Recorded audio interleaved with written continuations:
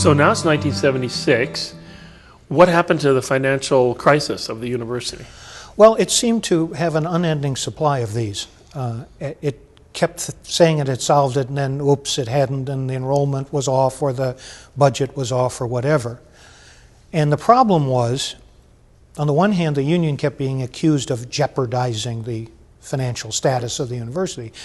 We pointed out that they ended up in their first major financial crisis before the union had been formed, but the facts didn't bother them so much. And we said, well, share them with us. We don't want to damage the university. We're, most of us, here for the long run. We want the university to thrive and prosper. That has always been our view. We don't want to get short-term wealthy and then have the, as if that's possible, and then have the university collapse or contract or whatever. We wanted it to be healthy. But tell us the situation, give us the data. Oh, we can't do that. That would be terrible. So we said, okay, well then we'll assume you're lying then, which was generally a pretty good bet. So it stumbled along, and they brought in outside managers who had no connection with universities. Some guy who'd run a train system and somebody else who'd run a, I don't know. And so, of course, they didn't manage the university very well, and so we kept tripping and stumbling and not having enough money. Meanwhile, we bargained a contract the following year, also under duress. Wasn't easy bargaining. And then we hit 1978, so we're 3 years in, 2 or 3 years in. But what I want to stop before I get to 78 and say again, none of this is possible without Mike's leadership. It just doesn't happen. How he developed thick enough skin to stand what people said about him and did to him over and over and over again, I will never know. I know that I could not have done it. I'm very clear on that. I would have walked away, particularly when my colleagues, if my colleagues had assaulted me. We know he has very thick skin, so I wonder what cause and effect. Did he already have it, or did it become because of it? I don't know. It's a fair question. You should ask him. But it was kind of a constant. There were brush fires all the time. Somebody got fired. In those days, they made terrible tenure and promotion decisions. It just, I like him. Okay, let's give it to him. And there was no sound process, and so we had to grieve. And no peer review in those days, right? We'll get to that later. Or a different kind of peer review. Correct. Yeah.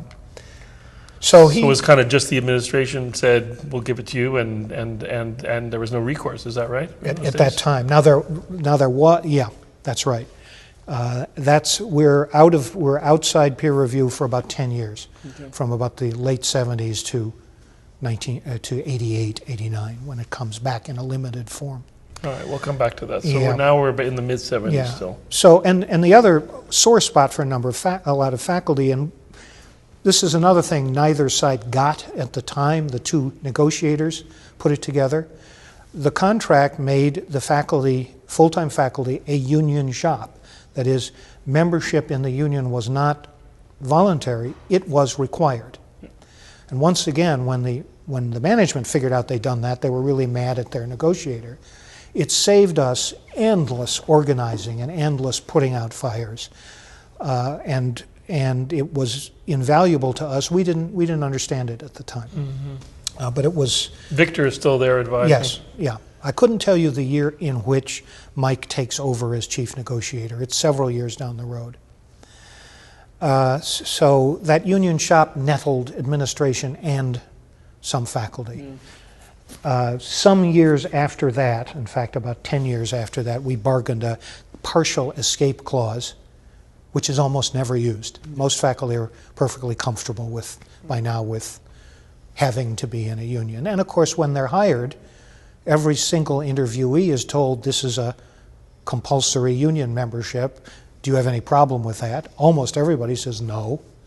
And this video will be compulsory now too for them to watch. Of course, yes. And they'll have to memorize it and take a test on it.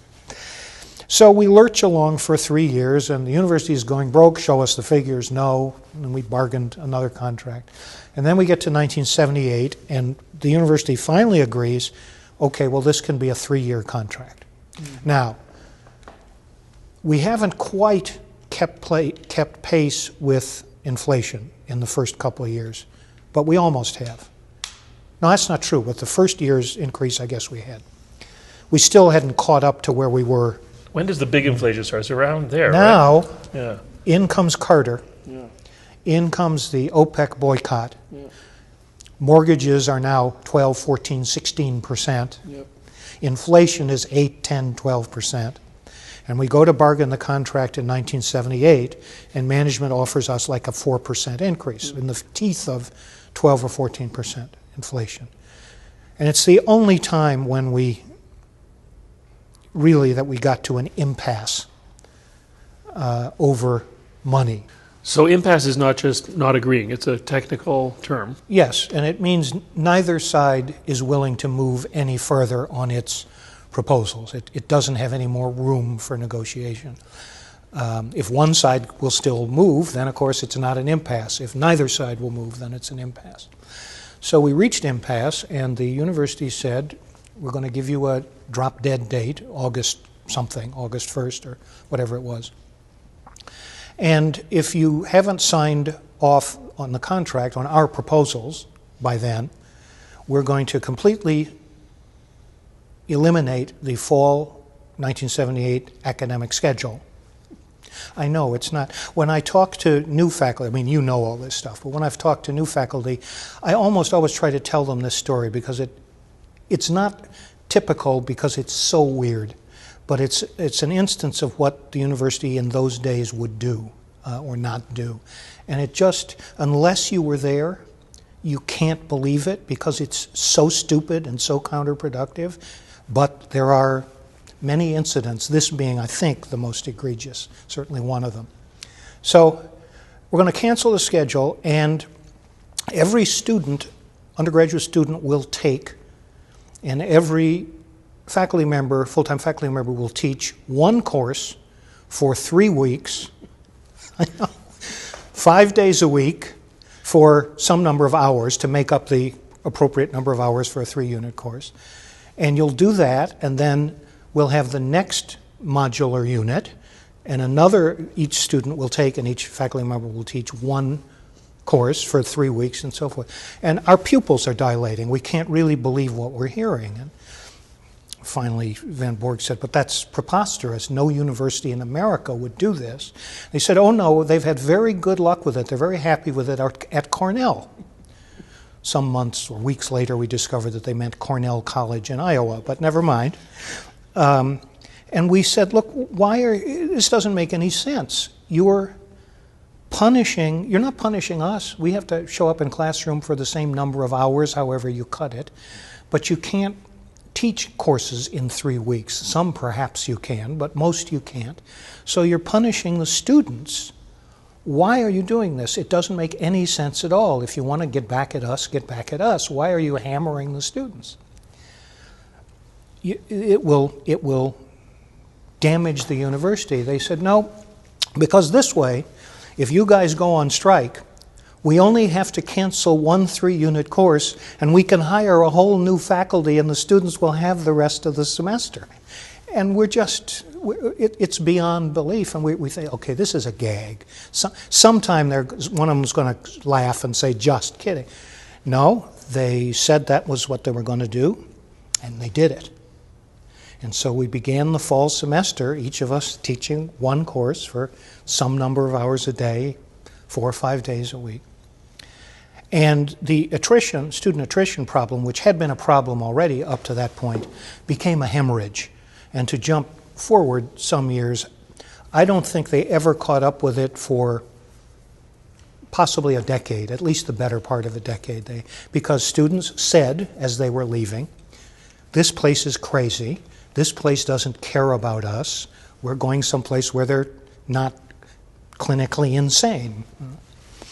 At that point, the place was in chaos. We were all outraged. And what followed was the worst job of leadership and of organizing that the union ever did. We had already gotten 2 strike authorization votes in 2 prior contracts when they hadn't done anything horrible. Now they've actually not just threatened but done something horrible. And the schedule is all screwed up and students are panicking and leaving and so forth. And so we didn't go door to door saying we're going to take a strike authorization vote for the following reasons, are you with us, and so on, because it was obvious. They couldn't possibly vote no under those conditions. And we got to the fateful meeting in, I believe, October of '78, which was also the time when Harvey Milk and George Moscone had been killed, when the Jonestown massacre occurred. It was a horrible, horrible semester. And in the middle of that, our little set of problems. And we took our strike authorization vote, and we lost 2-1. And we were shocked. We couldn't believe it. But it was too late. The vote had been taken. And we went back to Van Borg and said, well, okay, now how do we accomplish what we need to accomplish? And he said, you don't. You lose. He said, you can try to take it to an arbitrator, but an arbitrator won't give to a group of employees what they will not take for themselves. So you lose. All you can do is concede. So management's final proposal had been either accept our proposal as is, or take it to an arbitrator. Refashion your final proposal in any way you want, but the arbitrator, as in baseball, they call it baseball arbitration, because this is what happens in the major leagues when a player and a team are at an impasse. The arbitrator is allowed to take only one side or the other's solution in toto. The arbitrator cannot fashion a remedy, split the difference, make a compromise. It's either or. So we signed off on the arbitrator, because we couldn't bring ourselves to sign off on their proposals per se. And we said to Victor, how do we win this case? And he said, you don't win this case. An arbitrator's not going to give it to you. Okay. Sometime, and I've gotten the details wrong here, but I think it's Victor Van Borg who calls Mike Lehman in the middle of the night, a couple of weeks down the road, as we're about to have to go present our final proposals to the arbitrator to choose. And Victor said to Mike, I have an idea. I don't think it will work, but it's worth trying. Shoot. Well, we've been bargaining a 3-year contract right along. Right. No arbitrator is going to give you your 3-year proposal in preference to management's 3-year proposal because you wouldn't do what you needed to do. Mm-hmm. But if you gave an arbitrator a 1-year proposal, and those guys give him a 3-year proposal, he may be willing to punish them for 1 year rather than you for 3. Well, that's a good idea, we said. So we did it, and it worked. And when they opened the 2 proposals, the Scalone, the university's arbitrator, went out of his mind. You can't do this. We said 3 years. We said 3. And we showed him the language of the agreement, which said you can refashion your proposal in any way, whatever. But we've always been saying 3 years. Yeah. We won that. Now, we lost the second 2 years, but we still saved that we had the right increase in the first year, so we were able to mitigate the below CPI increases in the second and third year. But it took one faculty member filed a grievance claiming that he was kidnapped and held against his will in the dean's office because he had said something in class about the crazy university or the crazy administration, whatever. I mean, it's funny now, but it was horrible. I mean, it was just horrible because it showed us that those running the university really would do anything to win. They didn't care about education, about a good faculty, about the students. They just didn't care.